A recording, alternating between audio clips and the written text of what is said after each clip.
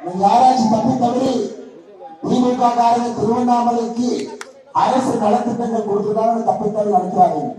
5442 கோடி 39 லட்சம் அண்ணன் ஏவாவால் அவருடைய சொத்து மதிப்பு. இந்த ஊரில் இருக்கக்கூடிய அமைச்சர் அவருடைய சொத்து மதிப்பு நாங்கள் வெளியிட்டிருக்கின்றோம். சில மாதங்களுக்கு முன்பு என்னென்ன நிறுவனங்கள் வைத்திருக்கின்றார், ஒரு நிறுவனத்தினுடைய மதிப்பு என்ன அப்படிங்கிற சொத்து பட்டியலை வெளியிட்டிருக்கிறோம் ஐயா. அரணை மருத்துவக் கல்லூரியிலிருந்து, அரணை பொறியியல் கல்லூரியிலிருந்து, கம்பன் கலை மற்றும் அறிவியல் கல்லூரியிலிருந்து, ஜீவா நேரு சர்வதேச பள்ளியிலிருந்து பல தனியார் நிறுவனங்கள் அந்த ஒரு குடும்பம் இருக்கிறாங்க ஐயா. ஒரு எம்எல்ஏவாக ஆரம்பித்து அமைச்சராக இருந்து எனக்கு திருவண்ணாமலை முழுவதையும் படைத்து போட்டு தன்னுடைய கட்டுப்பாட்டினை கொண்டு வந்திருக்கக்கூடிய ஒரு அமைச்சர் இருக்கக்கூடிய ஊரில் மாவட்டத்தில் நாம் வாழ்ந்து கொண்டிருக்கிறோம் ஐயா. இதை நாங்கள் எதிர்க்கிறோம். பாரதிய ஜனதா கட்சி மோடியை எதிர்க்கிறாங்க. தமிழகத்தை பொறுத்தவரை குறுநில மன்னர்களை போல சில குடும்பங்கள் மட்டுமே மக்களுக்கு வர வேண்டிய வரிப்பணத்தை திருடி திருடி அவர்கள் கொடுத்துக் கொண்டிருக்கிறார். அதுல ஒரு முக்கியமானவர் அண்ணன் ஏவா வேணு. அதனாலதான் யாரும் ஏவா வேணும்னு சொல்ல மாட்டாங்க. அவர் பேரு ஏடிஎம் வேணு. திராவிட முன்னேற்ற கழகத்தினுடைய ஏடிஎம் யூனிட்டல் மணி 24 மணி நேரத்துல ஸ்டாலின் ஐயாவுக்கோ திமுகவுக்கோ எப்போ பணம் வேண்டும் என்றாலும் கூட எனி டைம் மணி அவர் தான் இந்த தொகுதியினுடைய ஏவா வேணு. அது ஒரு சாதனை ஐயா. 5442 கோடி நான் சொல்லிட்டேன் சொத்து மதிப்பு. இன்னைக்கு பாருங்க, முதலமைச்சர் அவர்கள் 2 முறை திருவண்ணாமலை வந்திருக்கிறார். நம்முடைய மு க ஸ்டாலின் ஐயா 2 முறை திருவண்ணாமலை வந்திருக்காங்க. எதுக்கு வந்தாருங்கம்மா? எதுக்கு வந்தாருங்க திருவண்ணாமலைக்கு? ஜூலை 2022 திருவண்ணாமலை வந்த பொழுது அண்ணன் ஏவா வேலு அவர்களுடைய அருணை மருத்துவக் கல்லூரி மற்றும் மருத்துவமனையை திறந்து வச்சாருங்கம்மா. திறந்து வைக்கத்தான் வந்தார். அக்டோபர் 2023 வந்த பொழுது அருணை மருத்துவக் கல்லூரியினுடைய புதிய கட்டிடத்தை திறந்து வைத்தார். வந்தது எல்லாமே ஏவாவுடைய புது புதிய ஓப்பன் பண்ணத்தான் வந்தாங்க தவிர ஒரு மாநில அரசுடைய திட்டங்களையோ மத்திய அரசுடைய திட்டங்களையோ ரோடு போடுறோம், வீட்டுக்கு தண்ணி கொடுக்கிறோம், அது சரியா வருதா, ஏழை மக்கள் நன்றாக இருக்கின்றார்களா, திட்டங்கள் உங்கள் வீடு வீடு வருதான் பார்க்கறதுக்கு முதலமைச்சர் வரலைங்க.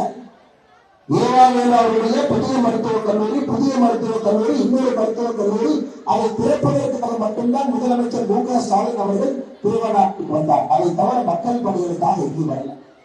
இது மாதிரி விவசாயிகள் உணவெடுக்கக்கூடிய பகுதி. அங்கிருக்கக்கூடிய விவசாய பெருமக்கள் 250 நாட்களாக தொடர் போராட்டம் இருந்து அங்கே சிப்காட் கொண்டு வரக்கூடாது என்று போராடிய பிறகு அந்த விவசாயிகளுக்கு கிடைத்த பரிசு என்னன்னாங்க, அவங்க மேல குண்டா சட்டம் போடப்பட்டிருக்கிறது. இதை பத்திரிகை நண்பர்கள் ஏவாவேலு அவங்க கேட்கிறாங்க, அந்த விவசாயிகள் மேல குண்டா சட்டம் போட்டீங்களே, இதை பத்தி ஒரு கருத்து என்ன? ஏவாவேலு சொல்றாரு, ஐயோ குண்டா சட்டம் போட்டது எனக்கு தெரியாது. நீங்க நம்புறீங்களா? குண்டா சட்டம் போட்டது ஏவாவேலு அவர்களுக்கு தெரியாது என்று சொல்லுகின்றார். நீங்க நம்புறீங்களா? அண்ணே, திருவண்ணாமலை மாவட்டத்துல எந்த சொத்து விற்பனைக்கு வருதுன்னு ஏவாவேலு தெரியும். சொத்து வாங்குற உரையாளர் அவரு தான். திருவண்ணாமலை மாவட்டம் முழுவதுமே அவருக்கு தெரியாம யாரும் சொத்தை வாங்க முடியாது, விற்க முடியாது. அப்படி இருக்கக்கூடிய ஏவாவேலு அண்ணனுக்கு விவசாயிகள் மீது குண்டா சட்டம் போட்டது தெரியவில்லை என்று சொன்னால் நம்ம ஒப்புக்கு போறோம்னா கண்டிப்பாக நாம் நம்ப போவது கிடையாது. விவசாய பெருமக்கள் மீது எப்பொழுது திமுக குண்டா சட்டத்தை போட்டார்களோ அவர்களுடைய அழிவு காலம் அப்பொழுது ஆரம்பமாகிவிட்டது. விவசாயிகள் மீது யார் கை வைத்தார்களோ அவர்கள் சரித்திரத்தை வாழ்ந்ததாக நாம் பார்த்தது கிடையாது. தமிழ்நாட்டில் இன்னைக்கு சாராயத்தை நம்பிதான் இந்த அரசு வாழ்ந்து கொண்டிருக்கிறது. 44,000 கோடி ரூபாய் சாராயம் மூலமாக வரக்கூடிய வருமானம் மாநில அரசு. நீங்க 44,000 கோடி நம்ம கொடுக்குறாங்கன்னு நினைச்சுக்காதீங்க.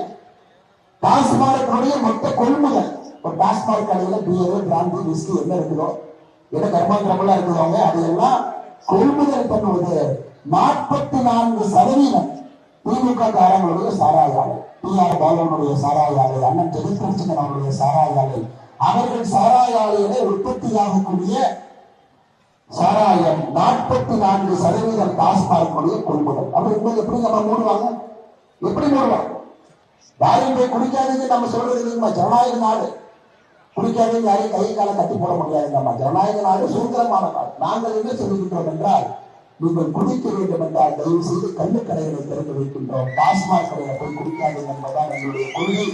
வர தனி முதலாளிகளுக்கு அந்த வருமானம் செல்ல வேண்டாம். ஏழை தாய் கஷ்டப்பட்டு சம்பாதிக்கக்கூடிய 300 ரூபாய் 400 ரூபாய் காசுல 200 ரூபாய் டாஸ்மாக் போக வேண்டாம் என்பதிலே மிக மிக தெளிவாக இருக்கின்றோம் சகோதர சகோதரி.